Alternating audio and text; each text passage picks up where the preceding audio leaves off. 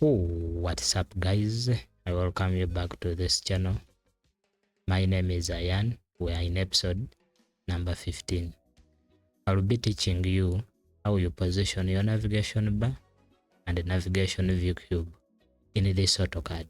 Let's jump into it. Here we are in Autocad, and what we are talking about, these two things, the ViewCube and the bar. In our previous episode, we covered a method, so I will be teaching you another method. This method, we shall be using the docking position. So if you have this tool in place, the docking position, you go to this little arrow here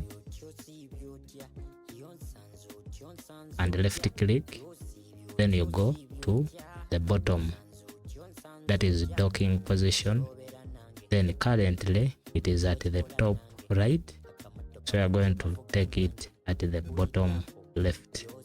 You tick there, so it goes straight to the bottom left.